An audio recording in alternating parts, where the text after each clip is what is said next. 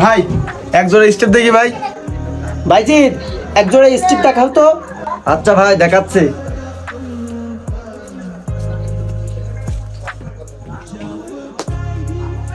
ভাই তোমার এই স্টেপের দাম কত? ভাই 300।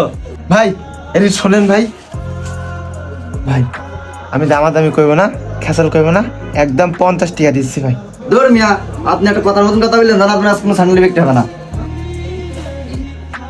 এই তুই কিন্তু কাজটা ঠিক করলি নে, আমার কিন্তু চিনিস না, তুই বলছিলাম। ভাই ভাই কি হয়েছে ভাই? 2 টাকার একটা কর্মচারী রেখে দিই, ভদ্রলোকের সাথে কিভাবে কথা বলতেই আপনার সেই জ্ঞানটুকু দিয়ে দেন ওর ভিতরে।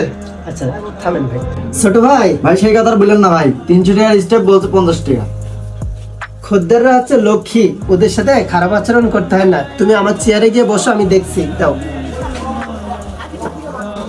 ভাই, একটু রাগারাগি করছে, কিছু মনে করেন না, ছোট মানুষ তো একটু দুষ্ট।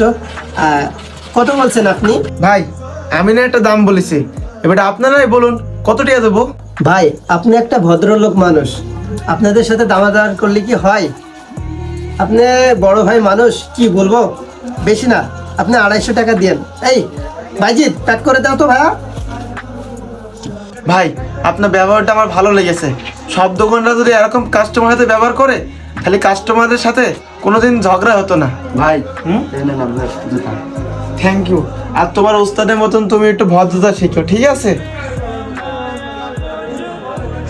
শোনো ভাইজিৎ, কাস্টমারদের সাথে কোনো সময় খারাপ আচরণ করো না। তুমি রাগ করেছো মনে হয়, না ভাই। জানি একটু কম দাম বলেছে, তুমি একটু মাথা গরম হয়ে গেছে। আচ্ছা সমস্যা নেই, কাস্টমারদের সাথে একটু ভালো আচরণ করবা, ভালো ব্যবহার করবা। তারা যদি জিনিস নাও নেয়, হ্যাঁ, একটা জিনিস যদি বারবার দেখে, বারবার জিনিসগুলো দেখে, যদি সেটা নাও নেয়, তাও কোনো সময় রাগ করবে না, ঠিক আছে ভাইয়া? আর সুন্দরভাবে দোকানদারি করবে, সমস্যা নেই।